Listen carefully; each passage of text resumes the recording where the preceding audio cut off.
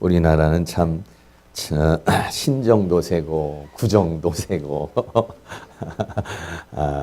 참 우리나라 사람들이 복 받기를 참 원하는 그런 사람들이죠.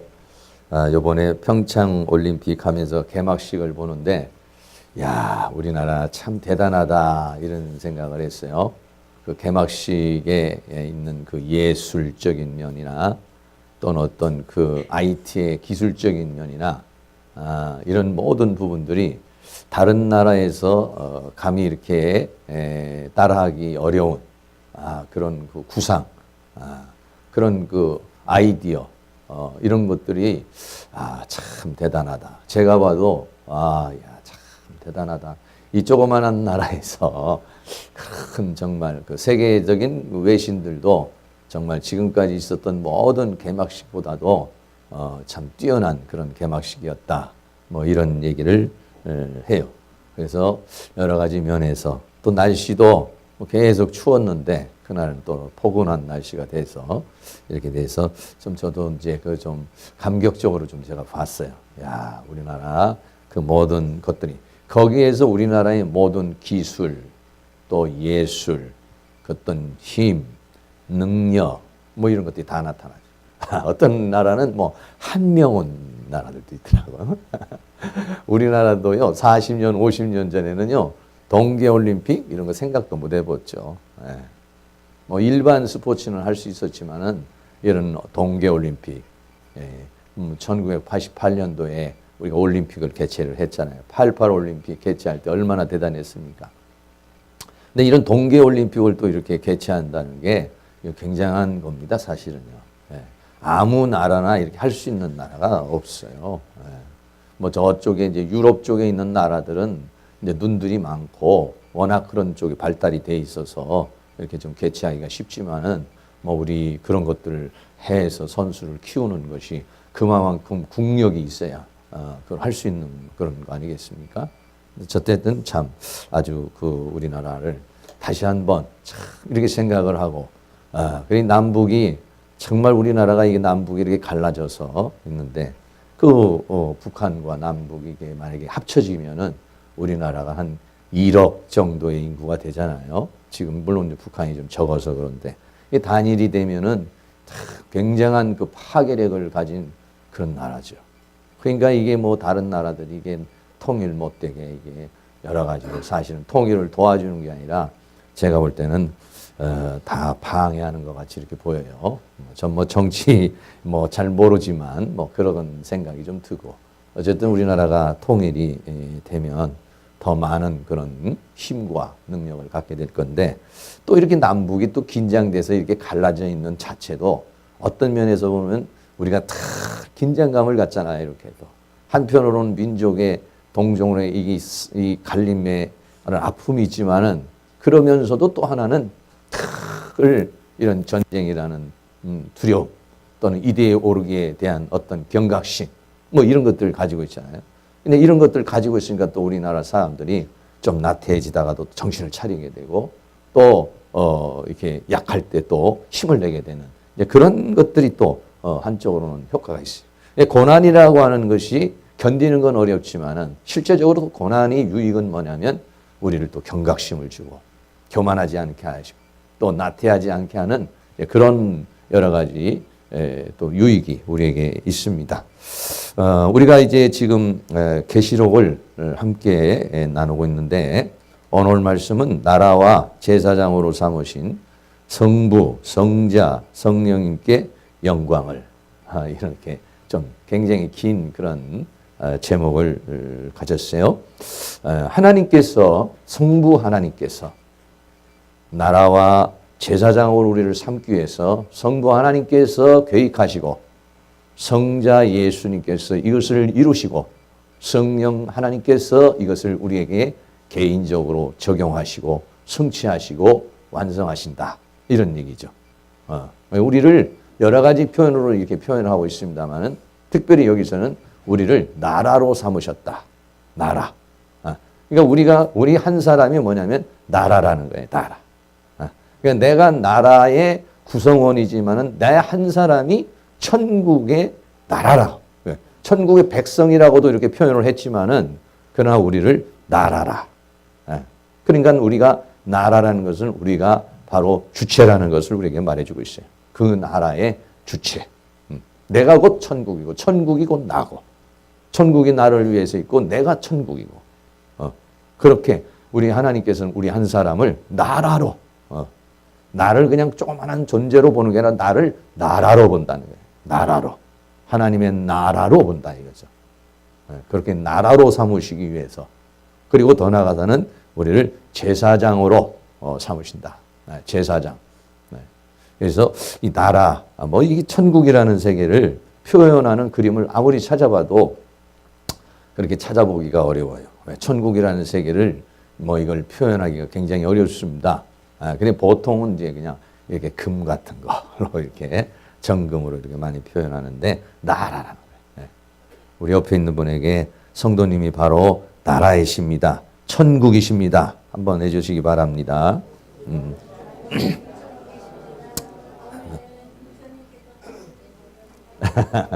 아니 이렇게 생긴 그림처럼 아름다운 존재라는 거예요. 귀한 존재라는 거예요. 위대한 존재라는 겁니다. 내가 곧 대한민국이고 나예요. 그런 것처럼 바로 천국이라는 나라는 존재가 유일한 위대한 존재로 하나님 우리를 만드신다. 그랬어요. 또 하나 만드는 것은 제사장이 있어요. 제사장은 뭐냐면은 하나님 앞에 나아가서 하나님과 교통할 수 있고 하나님과 교제할 수 있고 하나님의 보좌에 나아갈 수 있어서 하나님의 가장 깊은 높은 그 영광의 세계까지 들어가서 하나님과 교통할 수 있는 그런 사람을 뭐라고 그러냐? 제사장이라고 이렇게 말합니다. 이거 제사장은 이스라엘 백성들이 제사장을 뽑을 때는 그 이스라엘 전체에서 대제사장은 딱 한 명만 뽑는 겁니다. 그러니까 일반 백성 중에서도 레위지파 안에서도 제사장 중에서도 대제사장 이렇게. 그러니까는 대제사장만이 하나님 앞에 나갈 수 있어요. 지성소에 나갈 수 있어요. 우리는 뭐냐면 하나님의 지성소에 예수 그리스도의 십자가의 보혈을 의지하여 나가게 되니까. 할렐루야. 이렇게 우리 하나님께서 우리를 나라와 제사장으로 세우게 하는 것이 그냥 간단하게 되는 것이 아니라 하나님, 성부 하나님께서 그걸 계획하시고 성자 예수님께서 그걸 이루시고 성령 하나님께서 그것을 우리 각 사람에게 적용시키고 성취시키고 완성시키는 그 하나님께 영광을 이렇게 오늘 요한계시록은 우리에게 말씀해 주고 있습니다. 성경은 창세기 1장 1절에 태초에 하나님이 천지를 창조했다 이렇게 말했어요. 창조하신 목적이 있겠죠. 그리고 그 창조의 이제 과정이 있습니다. 하나님의 섭리와 뜻의 과정이 쭉 있습니다. 그리고 요한계시록은 뭐냐? 거기에 대한 결론, 거기에 대한 완성을 가리켜서 말합니다. 계시록 21장 5절에는 보좌에 앉으시니가 가라사대 보라 내가 만물을 새롭게 한다. 창세기에서는 천지를 창조하시고 요한계시록에서는 사탄에 의해서 타락하고 부패되고 더러워진 모든 것들을 하나님이 다 모든 만물을 다 새롭게 새로운 피조물, 새로운 세계, 새하늘과 새 땅, 새 역사를 하나님이 다 이루시는 거예요. 그래서 계시록 21장 6절에는 내가 다 이루었다. 나는 알파와 오메가요 또 처음과 나중이라. 하나님께서 천지를 창조하시고 이것을 완성하시는 분이다 라고 그렇게 말씀하고 있는 것입니다. 그러시면서 계시록 22장 마지막에는 이것들을 증거하신 예수님이 가라사대 내가 진실로 속히 오리라 하시거늘 아멘 주 예수여 오시옵소서. 이렇게 이 계시록은 마무리가 되는 거예요. 그러니까는 모든 하나님의 섭리와 뜻과 경륜과 역사가 마감이 되면 그 예수님이 이 땅에 오시게 되는 거죠. 그래서 요한계시록은 종말에 대한 이야기를 하고 있습니다. 그러나 믿지 않는 사람에게는 종말이고 멸망이고 심판이고 형벌이고 죽음입니다. 그러나 믿는 사람에게는 이게 멸망이 아닙니다. 믿는 사람에게는 뭐냐? 새하늘과 새 땅을 바라보고 새하늘과 새 땅에 들어가는 세계가 되는 것이. 할렐루야. 안 믿는 사람은 죽으면 지옥이지만 믿는 사람은요, 천국으로 들어가는 문이 뭐냐면 죽음이라는 세계인 것입니다. 여러분 죽지 않고서는요, 이 세상에서는 천국을 들어갈 수가 없는 거예요.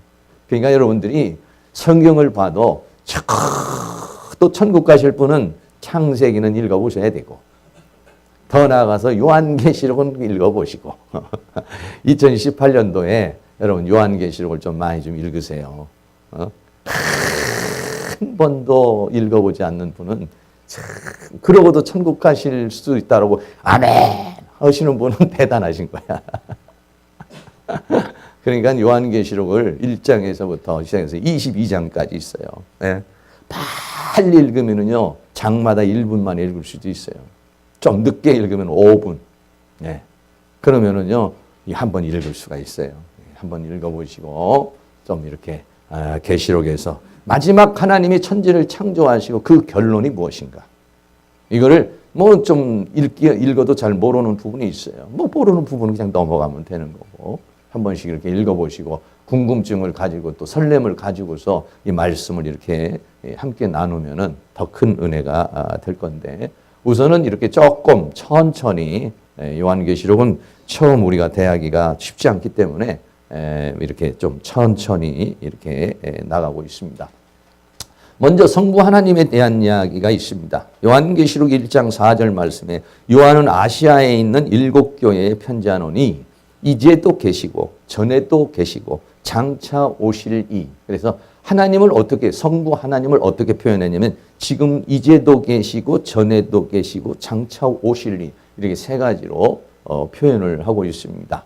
네. 어디다가 보내는 거냐면요, 요한은 아시아에 있는 7교회에 보낸다. 이렇게 말했어요. 네, 7교회에 여러분들에게 조금 이 지도를 보면 좀 지도가 이게 잘 보이지는 않죠. 잘 보이지 않는데 지금 초록색 부분이 뭐냐면은 터키 지역입니다. 지금. 네.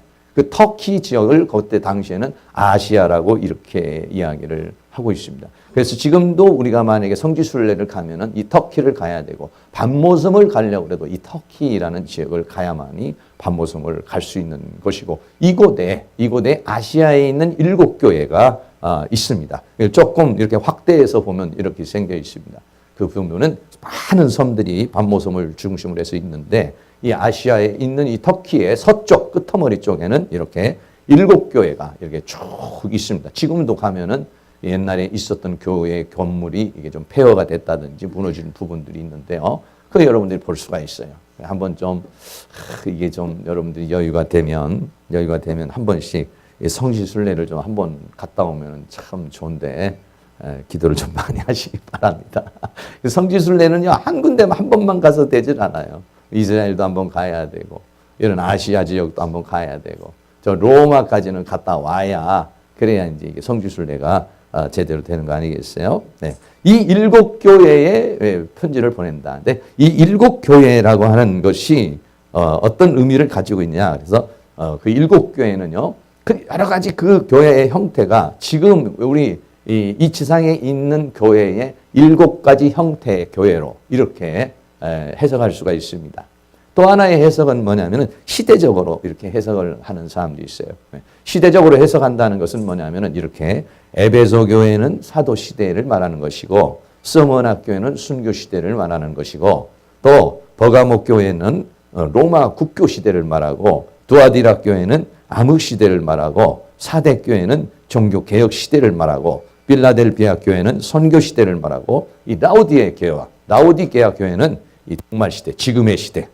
그래서 이 라오디게아의 교회는 차지도 않고 덥지도 않고 미지근한 신앙, 이것이 이제 마지막으로 있는.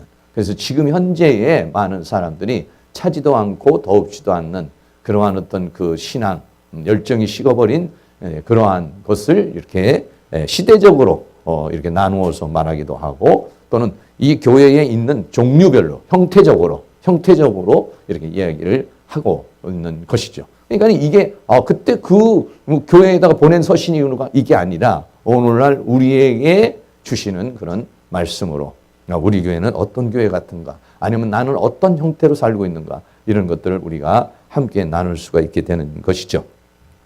그래서 하나님을 여기에서 성부 하나님을 뭐라고 그러냐? 이제도 계시고 그랬어요. 이제도 계신다. 이제도 계신다는 건 현재 계신다 이런 얘기죠. 하나님은 어떤 하나님이냐? 살아계시는 하나님. 지금 현재 살아계셔서 모든 것들을 주관하시는 하나님. 할렐루야. 출애굽기에 보면요 이런 말씀이 있습니다. 출애굽기 3장 14절에 보면 하나님이 모세가 하나님에게 하나님의 이름이 뭡니까? 이렇게 물어보니까 나는 스스로 있는 자다. 이렇게 말하고 있어요. 스스로 존재하는 분이니까 이분은요 과거에도 존재하시고 현재에도 존재하시고 미래에도 존재하시는 이제 그런 하나님이시죠. 그래서 이제도 계시고 그 하나님은 바로 현재 우리들에게서 역사하시는 그런 하나님이시다. 그런 얘기. 그리고 이제만 계신 게 아니라 전에도 계시고 그랬어요. 전에도 계시록 1장 8절에 주 하나님이 가라사대 나는 알파와 오메가요. 이제도 계시고 이제도 있고 전에도 있고 계시록 1장 8절에도 그렇게 장차 올 자요 전능한 자라 이렇게 말씀을 했습니다. 그래서 전에도 계시고 전에는 뭡니까? 우리 여기 땅으로 말하면 태초에 하나님이 천지를 창조하시기 전 영원 세계부터 창조하신 세계부터 지금까지 계시는 그런 하나님이시다라고 하는 그런 얘기죠. 그리고 그 하나님은 어떤 분이냐? 장차 오시리라 그랬어요. 계시록 1장 7절에 볼지어다 구름을 타고 오시리라. 각인의 눈이 그를 보겠고 그를 찌른 자들도 볼 터이요. 그를 찌른 자를 본다는 건 이 사람들이 다 예수님을 찌른 사람이나 또 핍박하던 사람들이 다 부활한다는 걸 의미하고 있는 것이죠. 예. 그 땅에 있는 모든 족속이 그를 인하여 애곡하리니 애곡하는 사람들은 전부 다 심판과 형벌을 받는 사람들을 가리켜서 말씀하는 것이죠. 그래서 하나님은 어떤 분이시냐? 이제도 계시고 전에도 계시고 장차 오실 분이시다라고 그렇게 말씀하고 있습니다. 이거를 로마서 11장 36절에서는 만물이 주에게서 나오고 창조주라는 거죠. 주로 말미암고 이 세상을 주관하시는 분이라 주에게로 돌아감이라 구원자여 완성자인 것을 우리에게 말해주고 있어요. 이걸 계시록 차원에서는 뭐라고 말했냐면은 요한계시록 22장 13절에 하나님은 알파와 오메가. 알파와 오메가는 이 단어죠. 헬라어의 첫 글자가 알페고 그리고 마지막 글자가 오메가. 말씀을 하시고 말씀을 성취하시는 그 하나님을 가리켜서 말씀하고 있습니다. 처음과 나중이시고 모든 것의 처음이 되시고 나중이 되시며 모든 걸 시작하시고 모든 것을 끝내시는 하나님. 그러니까 과거에도 있고 지금 현재도 있고 미래도 있고 영원 전부터 영원 후까지 영원토록 영원하신 그 하나님을 우리에게 가리켜서 말씀하고 있는 것입니다. 네. 이 하나님을 여러분이 체험하실 수 있기를 축복합니다. 그런 하나님인가가 아니라 그 하나님, 지금 현재 살아계시는, 이제도 계시고, 이제도 계셔서 역사하시고 주관하시는 그 하나님과의 체험, 그 하나님과의 관계, 그 하나님과의 함께하심. 정말 하나님 살아계시는구나. 정말 하나님 나와 함께하시는구나. 할렐루야. 네. 그래서 그 하나님은 이제도 계시고, 그리고 내가 태어나기 전, 또 나의 과거에도 예수님이 나와 함께 계셨고 그리고 내가 죽음 이후에도 나와 함께 하실 분. 그래서 영원부터 영원까지 그분은 알파와 오메가 처음과 나중 시작과 끝이 되시는 하나님. 그래서 모든 만물이 주님에서 나오고 주로 함께하고 주께로 돌아간다. 이렇게 말씀하고 있어요. 두 번째로는요. 성령 하나님에 대해서 말하고 있습니다. 조금 전에 말한 요한계시록 1장 4절에 말했지 요한은 아시아에 있는 7교회에 편지하노니 이제도 계시고 전에도 계시고 장차 오실 이와 이건 성부 하나님을 말하고 그 다음에는 그 보좌 앞에 7 영과 이렇게 말했어요. 여기서 말하는 7 영이라는 것은 하나님의 성령을 가리켜서 말씀하고 있는 것입니다.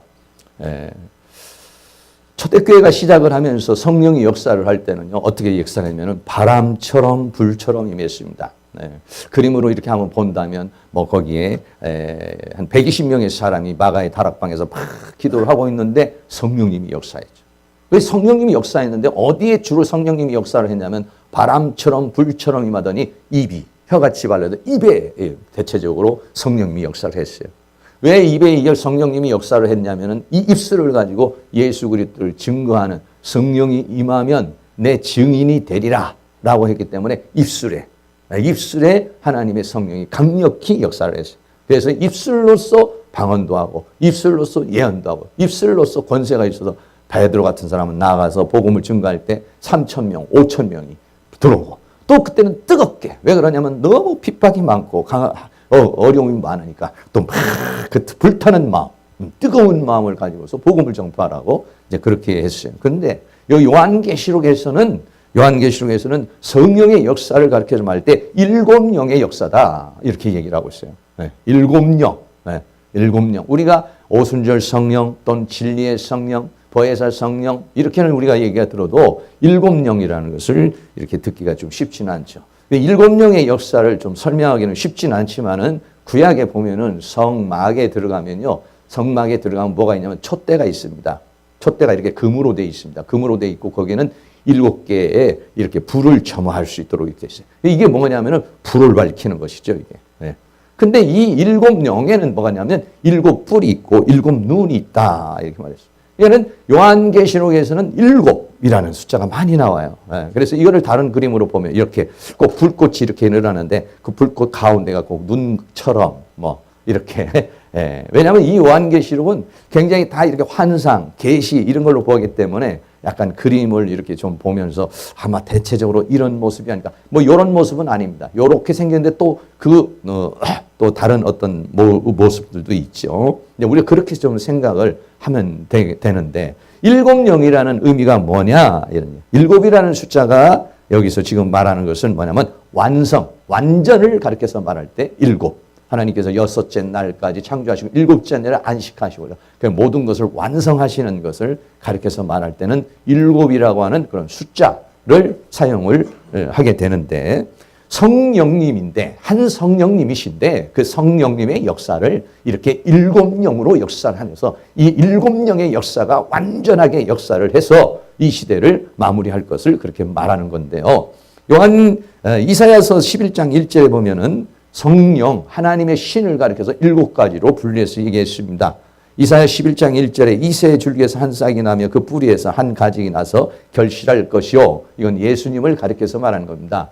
이새의 줄기에서 다윗이 나오고 다윗의 자손에서 예수님이 나왔기 때문에 거기서 한 가지에서 결실한 것은 예수님을 예언하는 것인데 이 예수님에게 이사야 11장 2절에 여호와의 신, 곧 지혜와 총명의 신이요 모략과 재능의 신이요 지식과 여호와를 경외하는 신이 그 위에 강림하시리니 이렇게 표현을 하고 있습니다. 그러니까 한 성령님이신데 한 하나님이신데 그 하나님의 역사가 지혜를 주고 하나님의 역사가 총명을 주고 하나님의 역사가 모략을 주고 재능을 주고 지식을 주고 경외를 주는 그런 역사. 그러니까 성령님의 어떤 완전한 어떤 속성 더 역사 이런 것들을 가리켜서 말하고 있는 것이죠. 우리가 갈라디아서 5장 22절에 보면 성령의 열매가 있어요. 성령의 열매. 그러니까 성령이 오시면 우리 안에서 맺어지는 열매들이 있어요. 사랑도 맺어지고 희락도 맺어지고 그러면 우리는 사랑의 영, 희락의 영, 화평의 영 이렇게도 말하는 거죠. 화평을 이루니까 우리에게 또 오래 참음의 영, 또 자비의 영 이렇게도 얘기하죠. 한 성령님이신데 그 성령님이 역사를 할 때에 우리에게는 사랑의 역사도 일어날 수도 있고 이렇게 또 지혜와 총명도 역사할 수 있다. 이렇게 되는데 그 영이 어떻게 되냐. 이 계시록 시대는 완전하게 다 주어지게 된다는 것을 우리에게 말씀해 주고 있는 것이죠. 그래서 계시록 5장 6절에도 같은 말씀이 있는데 내가 또 보니 보좌와 내 생물과 장로들 사이에 어린 양이 섰는데 일찍 죽음을 당한 것 같더라. 7뿔과 7눈이 있으니 그랬어요.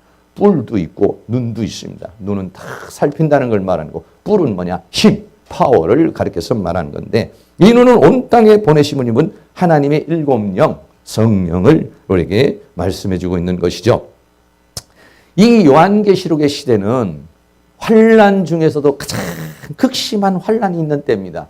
이거를 예표적으로는 구약에 보면은요. 다니엘서에 보면은 이 느부갓네살 왕이 우상을 만들어 놓고 전부 다 이 우상에다가 절을 하라고 말하죠. 이것이 이제 요한계시록에서 666 짐승의 표를 받게 하는 예표적으로 얘기를 하는 건데 이 느부갓네살 왕이 큰 우상을 만들어 놓고는 어떻게 합니까? 그 우상에 절을 하지 않는 사드락과 메삭과 아벳노고가 절을 하지 않으니까 풀무를 뜨겁게 하는데 얼마나 7배나 뜨겁게.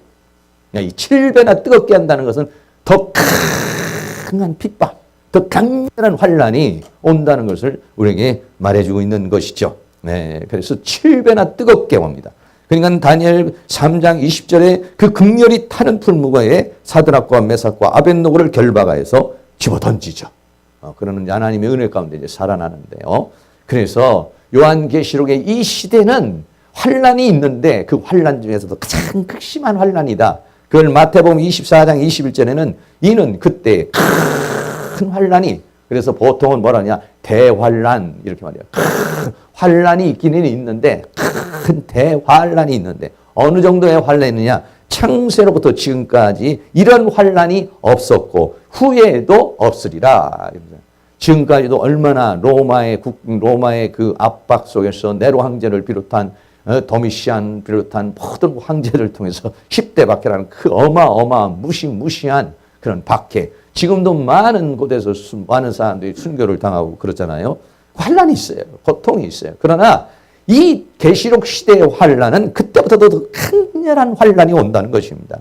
그렇기 때문에 어떻게 했느냐, 이 사탄이 그만큼 강렬하게 역사를 하면 우리가 그걸 이겨야 되기 때문에 하나님께서 우리에게 주시는 힘도 성령도 더 강력하게 일곱 영으로, 더 완전한 영으로, 할렐루야, 주어진다는 것을 우리에게 말씀해 주고 있습니다. 이거를 요엘서 2장 23절에는 뭐라고 하냐면 이른 비와 늦은 비가 있는데 그를 늦은 비의 성령의 역사, 뭐 이렇게 또 해석할 수가 있습니다. 이른 비는 뭐냐면은요, 이른 비가 오면은 이스라엘 백성들은 11월 달 정도 되면은요, 10월 달, 11월 달이 되면은 우기예요. 그때 비가 옵니다. 그 비가 오면은 싹을 쫙 내게 되죠. 그리고 난 다음에 그것이 다시 결실하기 위해서는 늦은 비가 내와요. 늦은 비가 내리면은 결실을 하는 것이죠. 네. 그래서 그러면은 추수를 하게 되는, 이 추수라고 하는 것은 정말 마지막을 예표적으로 이 얘기를 하고 있는 거예요. 그래서 이른 비, 늦은 비, 뭐 이런 성령의 역사를 가르쳐서 말하고 있어요. 그래서 요한계시록에서는 7교회에 보내는 서신에다가 전부 뭐라고 그랬느냐, 귀 있는 자는 성령이 교회들에게 하시는 말씀을 들어라. 성령이 교회들에게 하시는 말씀을 들을지어다 이랬어요. 성령이 교회들에게 하시는 말씀을 듣고 그 말씀이 믿음이 되고 그 말씀을 지키는 자가 되고 그래야 이 계시록 시대를 이기게 되는 것이라는 얘기죠. 사랑하는 모든 성도님들이 이 시대에 이런 성령, 이런 일곱 영의 성령, 어떠한 환난과 어떠한 고통도 다 이겨낼 수 있는 성령의 강력한 그러한 파워를, 그러한 능력을, 그런 은혜를 받으실 수 있기를 주의 이름으로 축원합니다. 성령 충만 받지 못하면은요, 세상을 이길 수가 없습니다. 성령 역사해야 살아계신 하나님을 인격적으로 만날 수가 있는 것이죠. 네. 세 번째는 뭐냐면 성자 하나님, 예수님에 대한 얘기입니다. 계시록 1장 5절에 예수님에 대한 이야기는 길어요. 많습니다. 예수님에 대해서 뭐라고 말하냐, 계시록 1장 5절에 충성된 증인으로 죽은 자들 가운데서 먼저 나시고 땅의 임금들의 머리가 되신 예수 그리스도로 말미암아 은혜와 평강이 너희에게 있기를 원하노라. 또 그분이 우리를 사랑하사 그의 피로 우리 죄에서 우리를 해방하시고 이렇게 말씀하고 있습니다. 네, 그래서 충성된 증인, 먼저 나신 분, 머리가 되신 분, 사랑하시는 분, 우리를 해방하시는 분 해서 여러 가지로 이렇게 예수님에 대해서 얘기를 하는데 간략하게 말씀을 드리면 그분은 충성된 증인이다. 충성된 뭘 증인했느냐? 오셔서 하나님을 증거하시고 하나님을 드러내시고 더 나아가서는 진리의 말씀을 우리에게 주신, 그리고 이제 죽으신 그분을 가리켜서 말하는 건데요. 두 번째는 그래서 충성된 증인이 돼서 십자가에 못 박혀 죽으셨어요. 그리고 죽은 자 가운데서 다시 먼저 나신 분이시다. 이렇게 말씀하고 있어요. 먼저 나셨다. 네. 여러분, 먼저 나셨다. 어떤 의미를 가지고 있을까요? 여러분들, 만약에 우리가 자녀들하고 어디를 간다든지 아니면 리더자가 누구하고 같이 가게 되면은 자기가 먼저 어떤 경험을 해보죠. 그래서 안전하면은 다시 데리고 들어가게 만들죠. 내가 먹어보니까 괜찮아. 너도 먹어봐. 내가 해보니까 괜찮아. 너도 해봐. 이런 것처럼 예수님이 먼저 나신 분이라는 것은 먼저 다 이런 것을 겪으셨다는 것이에요. 네. 네. 죽음을 죽으시고 그리고 난 다음에는 먼저 부활하시고 그리고 우리도 부활하게 하시고 할렐루야. 먼저 나셨다는 의미는요. 하도 여러 가지 많은 의미가 있는데 그중에서 한 세 가지만 말한다면 첫째는 창조물보다 먼저 나신 분이다 그랬어요. 골로새서 1장 15절에서는 그는 보이지 아니하는 하나님의 형상이요 모든 창조물보다 먼저 나신 분이시다. 이 먼저 나신 분이 어떻게 하냐? 우리에게 생명을 주시는 것입니다. 두 번째는 뭐냐? 그 먼저 나셨다는 것은 부활의 첫 열매가 됐다는 거예요. 고린도전서 15장 23절에 그러나 각각 자기 차례로 되리니 먼저는 첫 열매는 그리스도요. 그 다음에는 그랬어요. 그랬어요. 예수님께서 우리하고 연결이 됐으니까 먼저라는 게 있지. 우리하고 상관이 없으면 먼저고 나중이라는 말이 필요가 없는 거예요. 근데 뭐냐? 먼저 죽음을 경험하시고 먼저 그 사망의 권세를 깨뜨리시고 먼저 부활의 새로운 역사의 장을 이루시고 그리고 난 다음에 우리에게 부활의 생명 안으로 들어오게 하셨다. 할렐루야. 그분은 하나님의 영광의 보좌에 앉아가지고 가만히 앉아가지고 이렇게 딱 팔짱 끼시고 우리를 바라보는 그분이 아니라 직접 오셔서 죽음의 과정을 겪어보시고 직접 오셔서 고난의 과정을 겪어보시고 그리고 내가 그분이 길 자체이시면서도 그 길을 만들어주신 분, 그 길을 따라오게 하셔서 생명을 얻게 하시는 분, 첫 열매인 그리스도요. 그 다음에는 그리스도에게 붙어있는 그리스도 강림하실 때 그에게 붙어있는 그분에게 속한 자들이라. 할렐루야. 그런 의미입니다. 더 나아가서는 예수님을 뭐라고 하느냐? 로마서 8장 29절에는 하나님이 미리 하신 자들로 또한 그 아들의 형상을 본받게 하기 위하여 미리 정하셨으니 이는 그로 많은 형제 중에서 맏아들이 되게 하려 하심이라 그랬어요. 예수님이 뭐냐면 하나님의 아들이라는 성자 예수님이라는 그런 칭호를 우리에게 말씀하시죠. 그러면 뭐냐면 하나님의 아들이라는 거예요. 예수님이. 왜 하나님의 아들인데 그 아들 중에서 뭐가 됐냐? 맏아들이 됐다는 거예요. 그럼 뭐 맏아들이 됐다는 것은 우리를 아들 되게 하시려는 것이다 이런 얘기예요. 네. 우리하고 연관이 없으면 그분이 그냥 맏아들이든 끄터머리 아들이든 그런 칭호가 필요 없어요. 그런데 우리를 아들 되게 하시려고 자녀 되게 하시려고 그래서 그분이 뭐가 됐느냐? 먼저 그분이 아들의 위치를 가지시고 아들의 모습으로 사람의 모습으로 이 땅에 오셔서 아들이 되시고 그 아들을 통해서 아들의 영 그리스도의 영을 받은 사람은 아들이 되어 하나님을 아버지로 부르게 되었다 이제. 그래서 우리를 뭐냐? 형제로 삼게 해주셨다. 할렐루야. 그런 여러 가지 많은 의미를 지금 여기서 죽은 자들 가운데서 먼저 나시고 예수님 자신도 죽음의 고비를 넘으시고 고난의 그 길을 걸어보시고 그 다음에 사망의 권세를 깨뜨리시고 그리고 부활하셔서 먼저 그 경험을 하셔서 그분이 부활의 길을 사망의 권세를 깨뜨려 부활하시고 우리를 그 세계로 인도해 주시는 분이시다. 할렐루야. 그렇습니다. 그리고 세 번째는 임금들의 머리가 되셨다. 임금들이라는 것은 이 세상의 모든 임금들과 이 세상은 예수님이 오시기 전에는 사탄이 임금입니다. 예수님이 이 땅에 오셔서 이제는 뭐가 되냐? 만왕의 왕, 만주의 이제 예수 그리스도가 통치하는 영으로 통치하는 그 세계를 이루셨다는 거예요. 계시록 19장 16절 말씀에도 그 옷과 그 다리에 이름 쓴 것이 있으니 만왕의 왕이요 만주의 주라 하였더라. 그랬습니다. 만왕의 왕이요 만주의 이 세상의 왕이라고 하는 사람들이 얼마나 많습니까? 요번에도 뭐 평창올림픽에 정상들이 좀 오고 그 외에 뭐 버금가는 사람들이 많이 오고 90몇 개국에서 이렇게 와서 많은 선수들이 오죠. 이 세상에요 100개 이상 100개 이상의 그런 나라가 있고 거기에는요 왕들이 있어요. 어떤 나라는 뭐 7만 몇만인 왕들도 있더라고 보니까. 그런데 그런 왕들이라고 했을 때 그 권세가 있잖아요. 근데 예수님이 누구냐? 만왕들의 왕이시다. 주인, 이거는 내 땅, 이건 네 땅, 이렇게 주인이 있잖아요. 이 주인의 주인이시다. 할렐루야. 주인의 주인이시며 왕 중에 왕이신 그분, 그 예수님이 땅의 임금들의 머리가 되셨다. 예수님이 십자가에 못 박혀 죽으심으로 말미암아서 어떤 역사가 있었습니까? 하늘에 있는 것과 땅에 있는 것과 땅 아래에 있는 모든 무릎을 예수의 무릎에 꿇게 하시고 모든 입으로 예수 그리스도를 주라 시인하게 했다. 빌립보서 2장 9절 10절 이렇게 말씀했어요.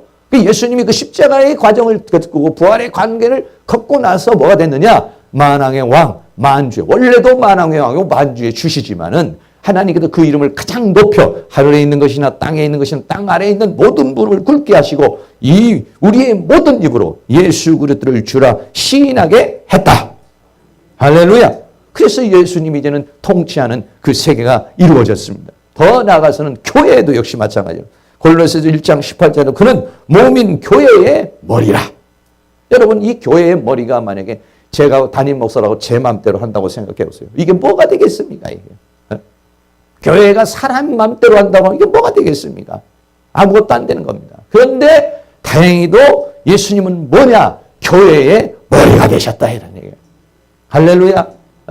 우리가 나름대로 이렇게도 하고 저렇게도 하지만은 예수님은 이 교회의 머리가 되셔서 우리에게 지시하시고 감동하시고 해서 이 교회의 머리가 되셔서 우리를 지금도 간접적으로 직접적으로 통치하시고 주관하시고 다스리고 계시는 줄로 믿습니다. 할렐루야. 그렇습니다. 교회의 머리, 임금들의 머리일 뿐 아니라 이 세상의 머리가 되시고 주가 되셨을 뿐 아니라 이 교회의 머리로 하나님이 교회의 머리로 삼아주셨다는 것이 얼마나 감사한 건지 몰라요.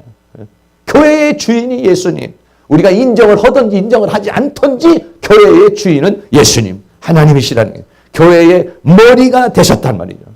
머리로 주셨다는 거예요. 그러니까 뭐냐면 이 교회가 계시록에서 보면 7 금촛대 사이를 예수님이 거니시죠.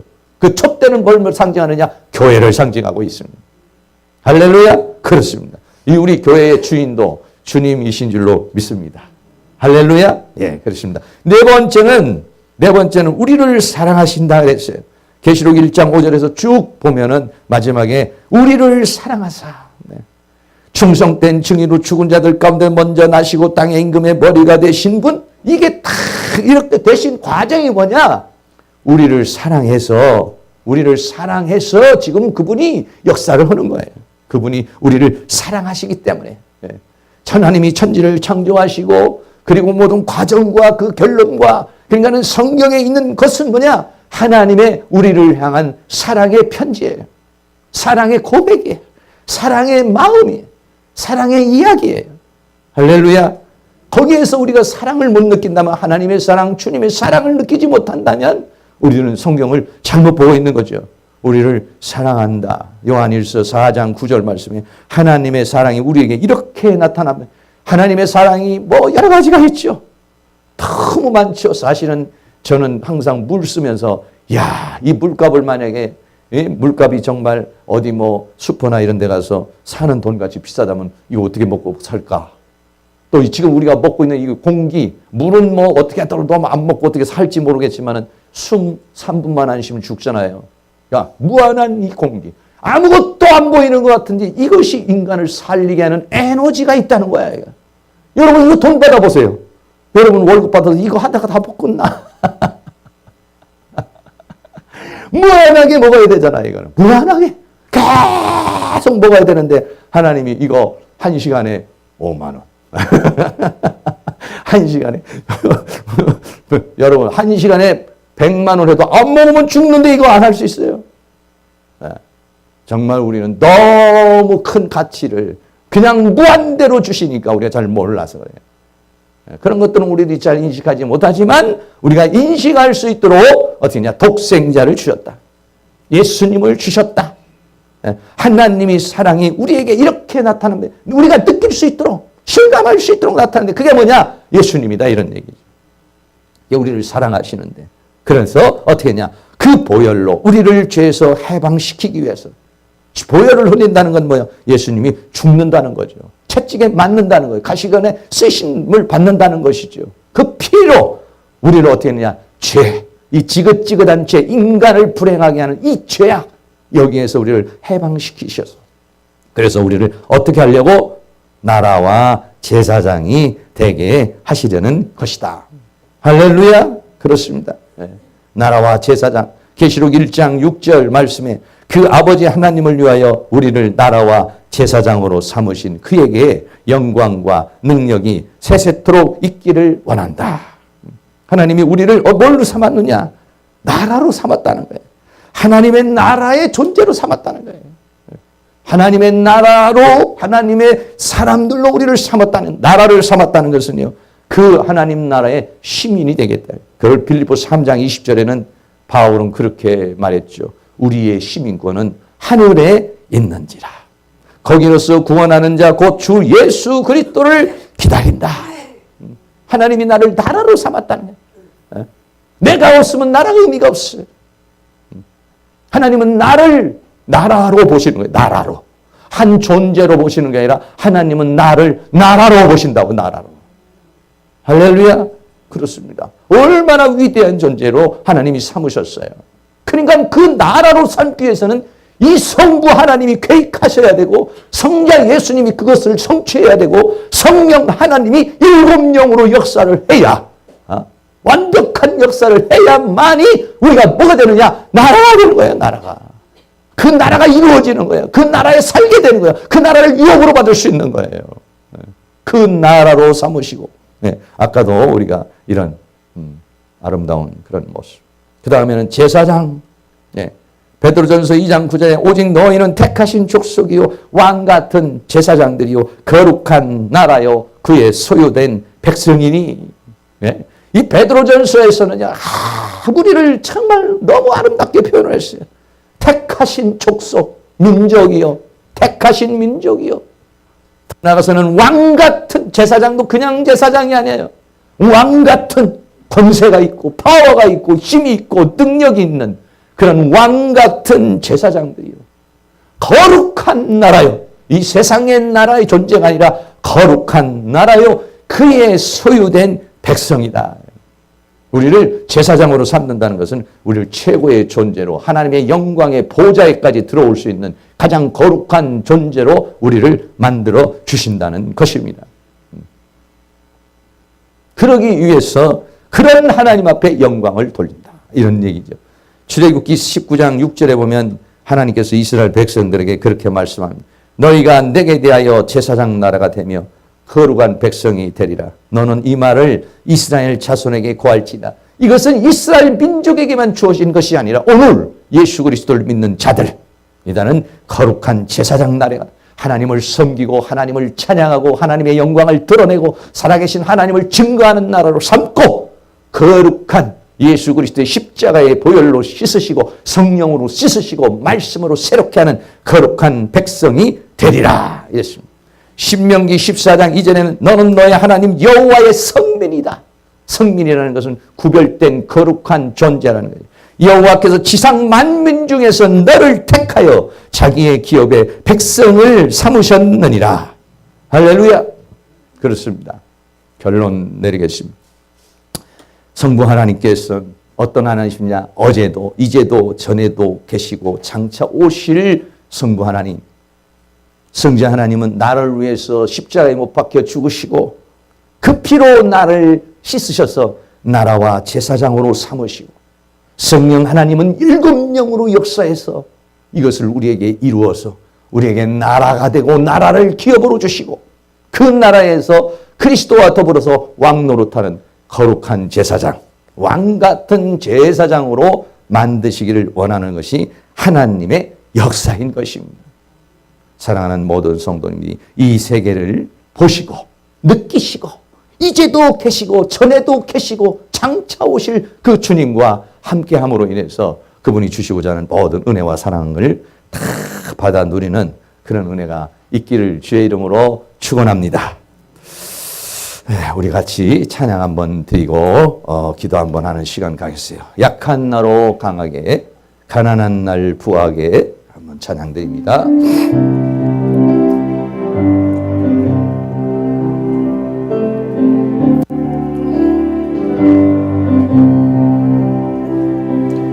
약한 나로 강하게, 가난한 날 부하게 눈먼 날 볼 수 있게 주 내게 행하셨네.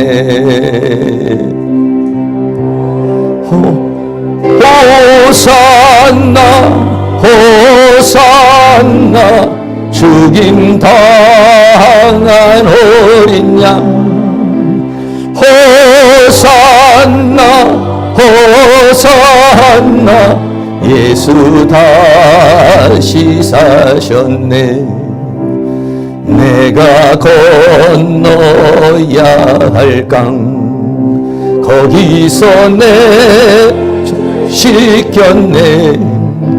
이제 주의 사랑이 나를 향해 흐르네.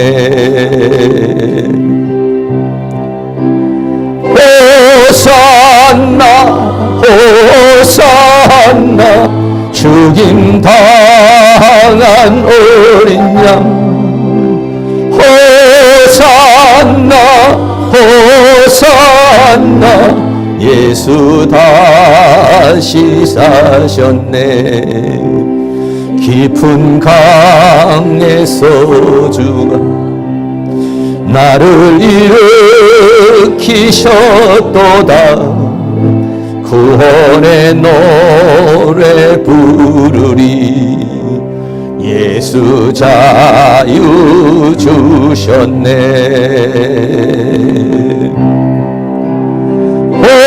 호산나 호산나 죽임 당한 어린 양.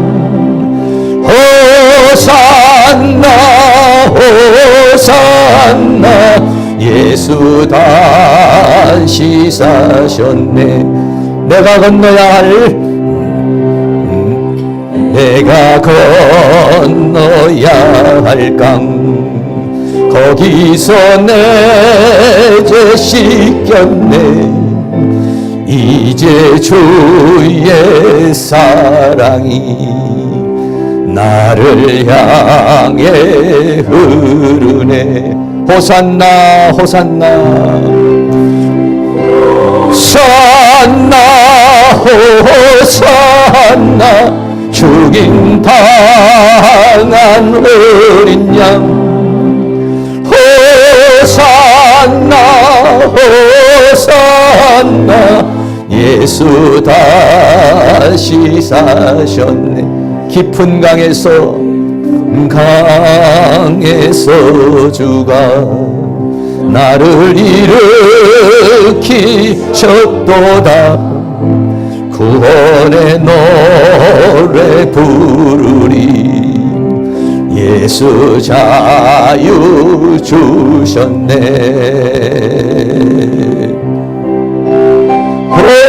호산나 호산나 죽임 당한 어린 양.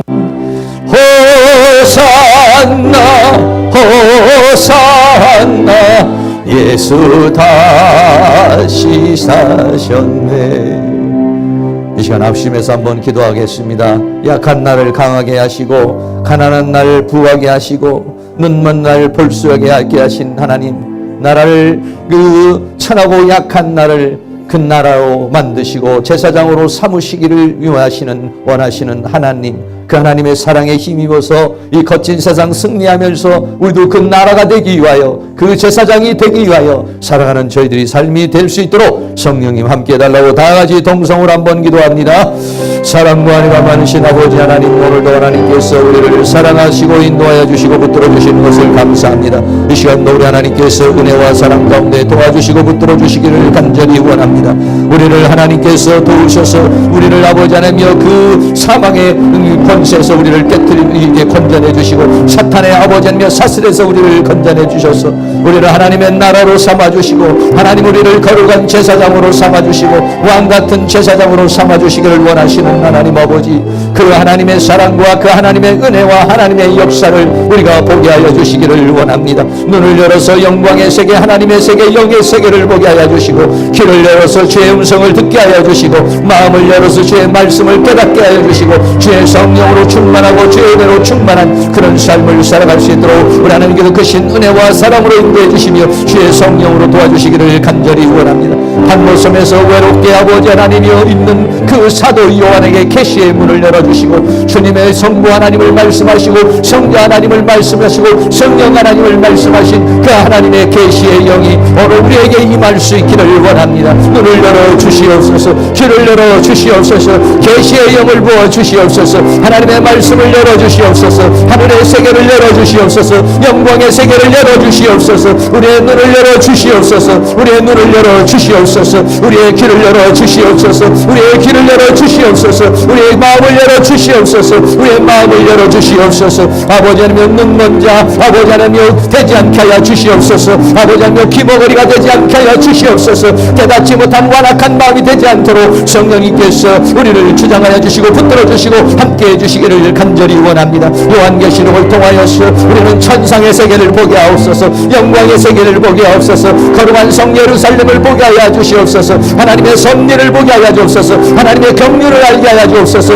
하나님의 사랑을 알게 하여 주시옵소서. 이제도 계시고 전에도 계시고 장차 오실 주님, 지금 역사하신 그 하나님의 손길이 무엇인지, 하나님의 나를 향한 하나님의 역사가 무엇인지 우리로 하여금 깨닫게 하시고 알게 하여 주시옵시고, 우리는 아버지 하나님께서 주신 그 힘과 능력 가운데서 백대를 향하여 달려가는 그런 삶을 살아갈 수 있도록 성령 하나님께서 우리를 도와주시고 붙들어 주시고 함께해 주시기를 간절히 원합니다. 성령님, 성령님, 성령님, 성령님, 성령님, 성령 하나님, 성령 하나님, 성령님, 성령님 일곱 영으로 역사하여 주시옵소서, 성령의 일곱 영으로 역사하여 주시옵소서. 성령님 지혜의 신, 총명의 신, 매력의 신, 재능의 신, 여호와를 경외하는 신으로 주의 성령으로 주의 능력으로 주의 권능으로 우리에게 임하여 주시기를 간절히 원합니다. 성령 하나님께서 우리에게 이와 같이 역사하여 줘서 우리에게는 성령의 열매가 맺어지게 하여 주시고 성령의 능력 받고 성령의 권능 받아서 아버지 이 죄와 사망과 세상과 사단을 이기고 승리하는 자가 되게 하여 주시옵시고, 승리하는 자가 되어 하나님 주시는 모든 약속과 하나님 주신 모든 축복을 받아들이는 저희의 삶이 되어 주시도록 성령님께서 큰 능력의 손길로 역사해 주시며 주의 권능으로 함께해 주시기를 간절히 원합니다. 성령님 역사하여 주시옵소서. 사랑과 은혜가 많으신 하나님, 반모섬에서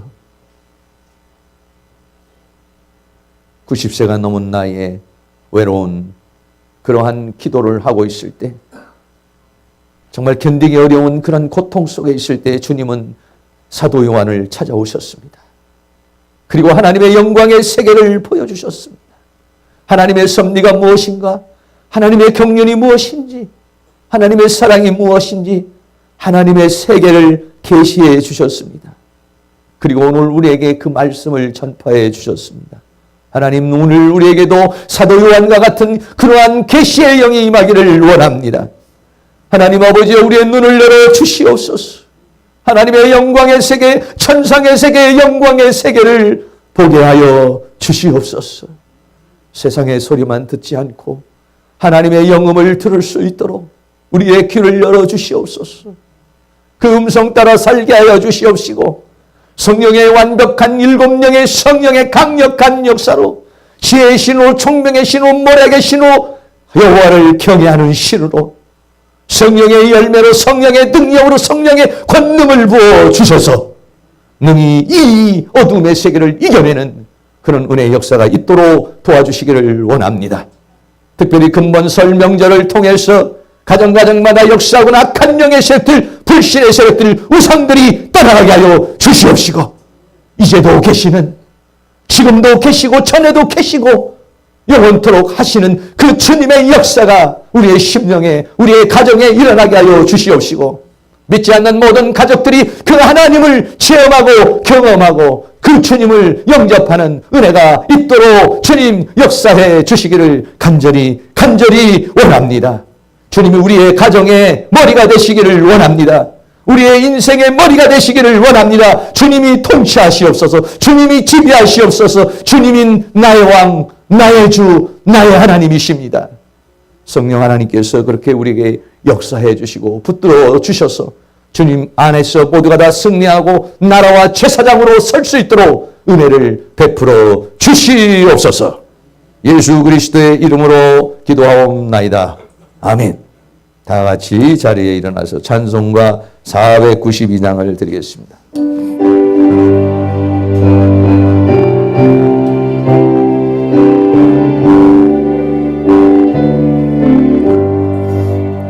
나의 영원하신 기업 생명보다 귀하다. 나의 갈 길 나가도록 나와 동행하소서. 주께로 가까이 주께로 가오니 나의 갈 길 나가도록 나와 동행하소서. 세상 복이 아니란과 모든 명예 버리고 험한 길 가는 동안 나와 동행하소. 아멘. 주께로 가까이 주께로 가오니 나의 갈 길 나가도록 나와 동행하소서. 어두운 골짜 지나가 험한 바다 건너서 천국 문에 이르도록 나와 동행하소서. 주께로 가까이 주께로 가오니 나의 갈 길 나가도록 나와 동행하소서. 아멘. 지금은 우리의 영원한 생명의 구주가 되시는 예수 그리스도의 은혜와 하나님 아버지의 끝없는 사랑하심과 성령님의 일곱 영의 역사가 이 시간 고개 숙인 사랑하는 모든 성도님들의 머리 위에 가정 위에 삶 위에 이 교회 위에 학교 위에 민족 위에 세계 위에 지금으로부터 영원토록 함께 있을지어다. 아멘.